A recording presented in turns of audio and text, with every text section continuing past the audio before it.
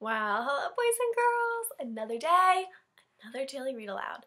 And so I wanted to hop on. The story that I decided to read for today is actually one that maybe some of you have read before. It's called The Kissing Hand. I love this story because it is super important to me, just because it's one of those stories that make you feel really good inside.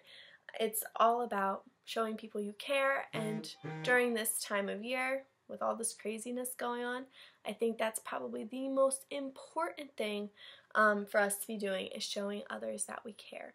So I'm going to be reading The Kissing Hand today by Audrey Penn. This is a great book.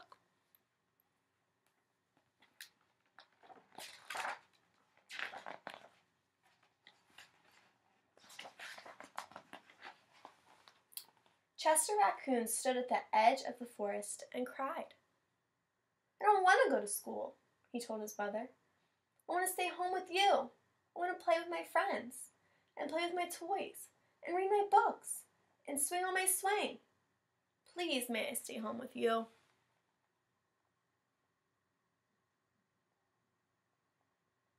Poor Chester.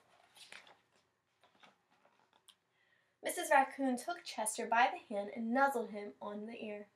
"Sometimes we all have to do things we don't want to do," she told him gently, "even if they seem strange and scary at first. But you will love school once you start."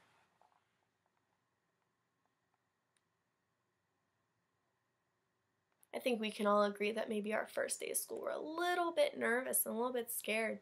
So maybe we had to have a pep talk by our mom or our dad or a family member to kind of get us to go. "You'll make new friends and play with new toys, read new books, and swing on new swings. Besides," she added, "I know a wonderful secret that will make your nights at school seem as warm and cozy as your days at home." So there you see Chester doing all those fun things with new people.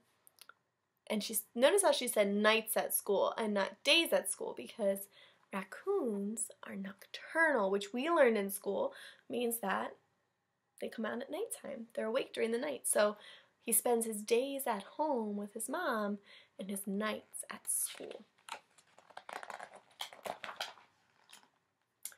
Chester wiped away his tears and looked interested. "A secret? What kind of secret?" "A very old secret," said Mrs. Raccoon. "I learned it from my mother, and she learned it from hers. It's called the kissing hand." "The kissing hand?" asked Chester. "What's that?"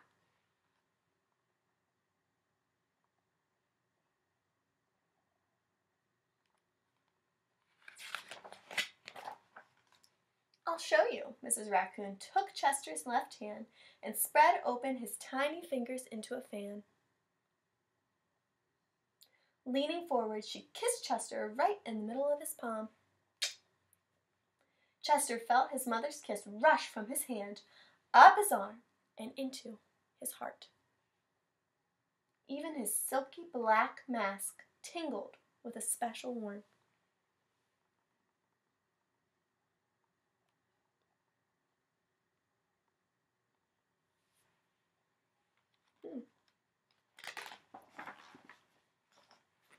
Mrs. Raccoon smiled.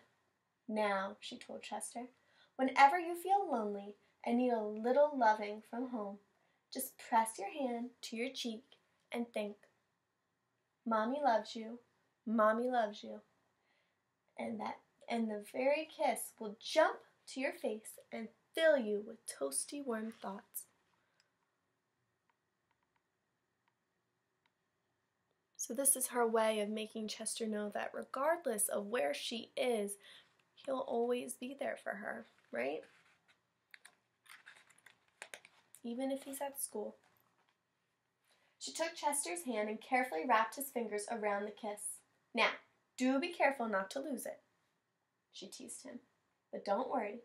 When you open your hand and wash your food, I promise the kiss will stick." So she's letting him know that no matter what he does with his hand, she's teasing him. You might lose it, but he won't. no matter what he does with his hand, whether he washes it, which we definitely should be washing our hands, or whether he's just playing on the trees or climbing through the grass or walking through the grass, that it won't come off. Which is super important, I think. Don't want to lose that kiss. Chester loved his kissing hand. Now he knew his mother's love would go with him wherever he went, even to school. So look how happy he looks, knowing that his mom is with him, even though she's physically not next to him, right? She's busy and he's busy too.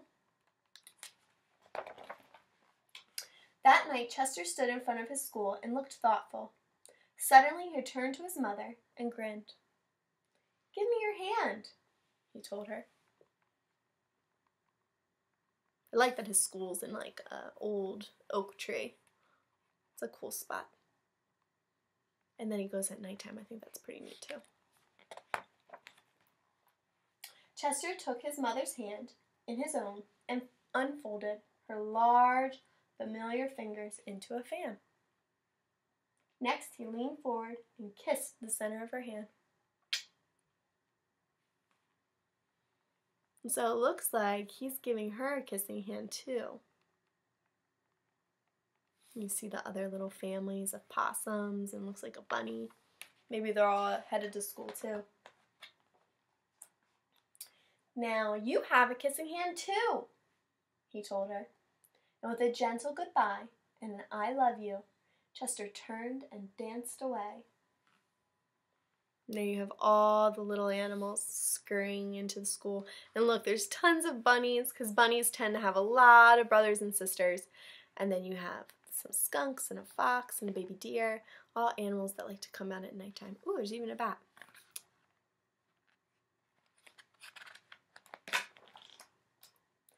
Mrs. Raccoon watched Chester scamper across a tree limb and enter school. And as the hoot owl rang in the new school year, she pressed her left hand to her cheek and smiled. The warmth of Chester's kiss filled her heart with special words. "Chester loves you," it sang. "Chester loves you." So sometimes, even though we as kids might feel upset when we go somewhere or do something without our parents, sometimes our families miss us too, right?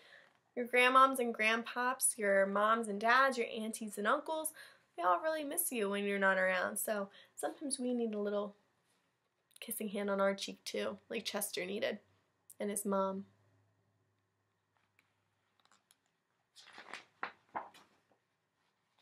And then there's all the animals sitting in the tree, listening to their teacher. I'm assuming that's the owl, all doing their schoolwork. Such a cool classroom. I couldn't imagine teaching in a place like that, but it looks pretty neat. And at the end, there's this sign that says, "I love you." If you didn't know, that is actually the American Sign Language symbol for "I love you." So if you ever see somebody and they show you this, that means they love you. So that's the end of the kissing hand. Like I said, one of my favorite stories. I know I say that about like all my books, but I love to read. And I love this story, like I said, because during this time where we're kind of separated from a lot of family and friends, I think it's super important that we're constantly reading and constantly keeping in contact with the people that we love and care about most, right? Just because you can't see Grandmom and Grandpop right now, maybe thinking about a kissing hand to put on your face would maybe help remind you of how much you love and care about them. Now, make sure your hands are washed and you're all good, but it is important to remember that this is a tough time, right? We're not always going to be with our loved ones because of stuff like this going on. So I think it's really important to constantly do things that help other people feel safe and happy, and that make you feel safe and happy too. And I think that's one of them. So today, for your book challenge, I actually have a really, really simple book challenge for you today. see if you can make the I love you in sign language to a few people that you might love and miss. Maybe you'll go on a video call with your grandparents today. Make sure you send them an I love you. Or you see mom or dad hard at work, maybe doing some typing on the computer, cleaning up, or doing some yard work, and show them an I love you through the window, or show them an I love you while they're sitting at their desk.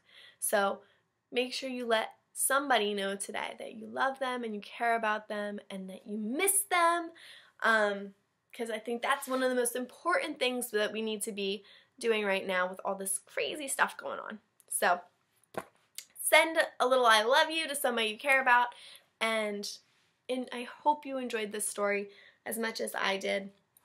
So I will be on tomorrow for our last read aloud of the week.